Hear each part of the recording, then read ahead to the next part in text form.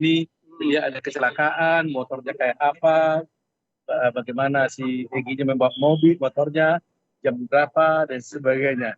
Sehingga dengan pengajuan kita ini, maka terbuktilah bahwa apa yang diputuskan oleh hakim ini sebenarnya tidak tepat. Gitu. Itu gunanya. Nah, kalau selama ini kan hanya bayangan saja, ya kan? Tidak visual langsung dilihat. Contoh umpamanya, seperti kemarin itu ada persoalan berapa jauh sebenarnya dari tempat ini sekarang kita berdiri ini, yang tempat katanya di sini adalah tempat mulainya tuh lempar-lemparan, ya kan? Ada orang lewat lempar-lemparan batu, kemudian setelah itu dikejar dari sini, dikejar sampai ke flyover, ya kan? Sampai di flyover dipukul, kemudian dibawa mayatnya, dibawa orangnya ke depan sini depan, ya kan?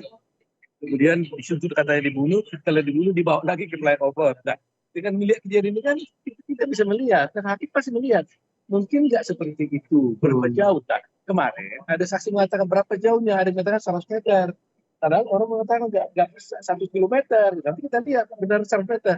Nah, ketika itu kita tanya, kenapa kok benar 100 meter? Oh iya, kata saya naik motor, jadi saya pikir itu 100 meter. Nah, kalau itu bisa keliru kan, tapi dengan adanya organisasi tempat ini, semua itu jadi faktual. Ada berapa titik? Saksi-saksi akan datang nanti, akan kita tanya kamu berdiri di mana, kapan kamu lihat, di mana. Itu posisinya nanti kita lihat. Karena ada berapa titik? Yang saksi-saksi yang kita hadirkan dulu itu akan ada di situ. Yang tidak terpidana. Terpidana itu di sana. Pemohon namanya ya, termasuk kesaksian AF juga Pak nanti Pak. Ya AF kan muncul, makanya justru dengan kesaksian yang kita sampaikan ini, sekaligus itu membuktikan bahwa apa kesaksian yang lain itu adalah tidak benar. Dede umpamanya, Dede kan matang melihat apakah dia betul ada di situ pada jam itu. Nanti kan Dede bercerita, saya tidak ada di situ, kan? Loh, kenapa enggak ngomong dulu Bu ada di situ? Ya itulah sebenarnya itu tidak benar. Nah kan akhirnya kan gitu.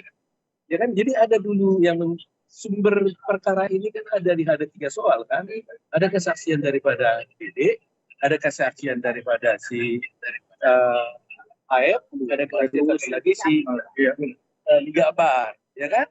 Nah 2 ini kan mengatakan dulu memang mereka lihat ada kejadian lempar melempar, tapi kemudian sekarang mengatakan itu dia dulu bohong dia. Jadi nanti akan diberi cerita di mana kamu sebenarnya pada waktu itu, ya kan? Nah, saya ayat tidak muncul. Nah, jadi dengan demikian dari semua peristiwa kejadian ini dapatlah kita simpulkan bahwa tidak ada seorang saksi pun yang melihat adanya peristiwa pembunuhan. Ya, lembaran batu justru Dede yang dulu mengaku dan juga si kabar ternyata mengatakan itu tidak benar. Nah, tapi sebaliknya yang melihat peristiwa adanya kecelakaan itu banyak sekali. Nah, mereka akan bersaksi nanti kalau di mana kamu pada waktu itu, kenapa bisa kamu lihat, cocok nggak lokasi itu. Jadi kita mau contohkan yang disampaikan di persidangan ini cocok nggak dengan fakta yang sebenarnya. Jadi bisa terkonfirmasi gitu kan. Nah, kalau terkonfirmasi kan akhirnya kan bisa teryakinkan. Kami sebagai penasihat hukum, tugas kami kan membuktikan di persidangan dengan tujuan agar hakim bisa melihat fakta-fakta dan teryakinkan majelis hakim tentang fakta-fakta yang kami sampaikan itu tujuan. Jadi persidangan ini sebenarnya adalah tujuannya adalah untuk kepentingan hakim di dalam memutus. Ya, meskipun yang memutus adalah hakim Mahkamah Agung, tapi hakim ini, majelis hakim yang mulia yang ketiga ini adalah mencatat dan memberikan pendapat kepada Agung setelah dia periksa setempat apa pendapat dia nanti pada itulah tujuan daripada dilakukannya pemeriksaan setempat ini. Tadi kan